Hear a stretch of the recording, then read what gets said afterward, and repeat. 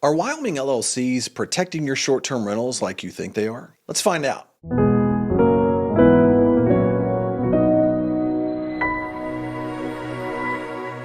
Hi, I'm Jeff Hampton with STR Law Guys. Thanks for joining our channel today. Listen, here's the thing.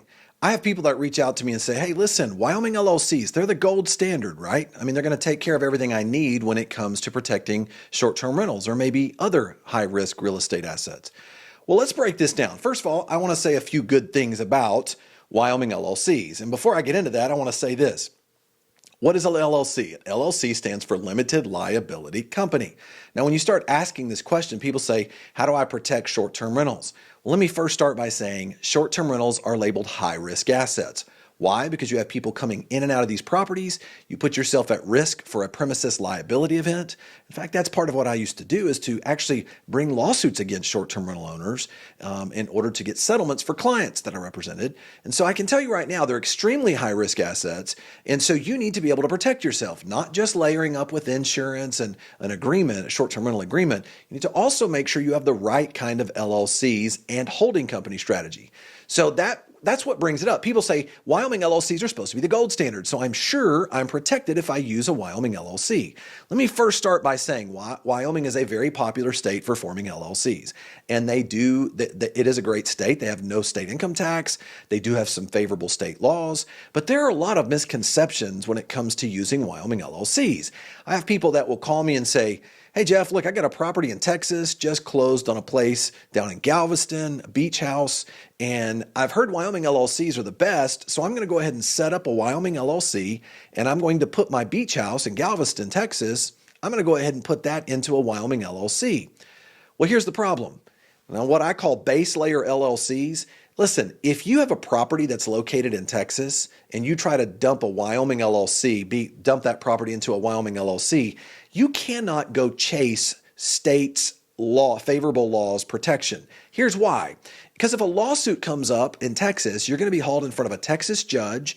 The judge is going to make a decision, and they're not going to care one bit about Wyoming laws. They're only going to care about what's going on in Texas, because that's where the property is located.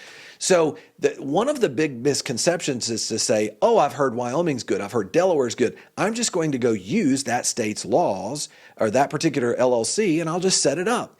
You run into all kinds of problems. Number one, you're not getting the protection you think you are. You have to set up a foreign registered agent. You're not able to borrow another state's laws. So generally speaking, you should put each of your short-term rentals in its own individual LLC, and it should be an LLC in the state for which the property is located. Okay, because you're not getting any extra protection by borrowing someone else's. But it's different when you start talking about holding companies. Holding companies are a little bit different. You can now forum shop and look at other states' laws and use a holding company that can provide you that benefit. So in this situation, I'm going to follow what I just went with on the Galveston, Texas property. Let's say you've got a Galveston, Texas beach house, and now there you are. Let's put it in a Texas LLC down here. But in that Texas LLC, let's say it's a single member LLC that's owned by a Wyoming LLC holding company. Now, I want to break down how you do receive some benefits from this type of arrangement. Number one, you receive what is known as privacy. So by making it a single member LLC and you tie in that ownership into a Wyoming LLC, Wyoming does have favorable state laws that if you go trying to search to see who owns that underlying property, you're not going to be able to see. There's privacy that takes place. I've heard some people try to call it anonymity. I wouldn't really call it anonymity, because technically, if I sue you, if I was an attorney that sued you, and you would actually receive lawsuit, your papers, you would be served, your registered agent would give you a call and tell you, you got to show up to court. And when you got there, you'd be sworn in and they'd find out who you are. But it does make you a smaller target, and being a smaller target is a great thing. It helps make you less likely to actually be brought in on the lawsuit, and maybe an insurance settlement would take place ahead of time. So that's number one, you get privacy. Number two, you also get something called charging order protection. Wyoming, not all states have this. Wyoming, when you use a Wyoming holding company, the good thing about this is Wyoming LLC Holding Company, you now have charging order protection, which means what? Let's say I were to sue the Galveston, Texas beach house LLC. Well, if I were to sue that LLC and win in court, because it's owned by a Wyoming LLC holding company, I can't make you sell it. I can't force a sale of that property. So as a result of that, what does that do? Well, if I can't force a sale of that property, then that means you can sit there and continue to rent it out. You can pay your mortgage, can't really pay yourself. You got to be careful about that. There's something called a fraudulent transfer analysis, and I'll get into that in a minute. But that's the great thing is you're able to maintain and hold the property. That acts as a disincentive for the personal injury lawyer bringing that slip and fall claim against you, because the personal injury lawyer gets paid on a contingency fee basis, which means if he doesn't get paid on a settlement out of that LLC, if he can't get to that equity in whatever property you have, then he's not going to be able to get paid what he wants to get paid, right? So it helps push that personal injury lawyer back down to the insurance. However, two big things you get, positives: charging order protection and privacy. Here's the downside to the Wyoming LLC. The downside of the Wyoming LLC is that once you get sued, the more properties you put, let's say you've got your Wyoming LLC up here as the holding company, and let's say you've got multiple short-term rentals down here. Well, if they're all single-member LLC separately owned by your Wyoming LLC holding company, the moment one of these properties gets sued down here, it basically freezes, locks down most of the assets within this structure. If you start to move an asset out of that structure after you're sued, that is known, there would now be called a fraudulent transfer. So there is something known as a fraudulent transfer analysis. It's really kind of dangerous, because here's what happens is if you start moving stuff out of there, the courts have these clawback provisions which will pull these assets back in for consideration on that judgment.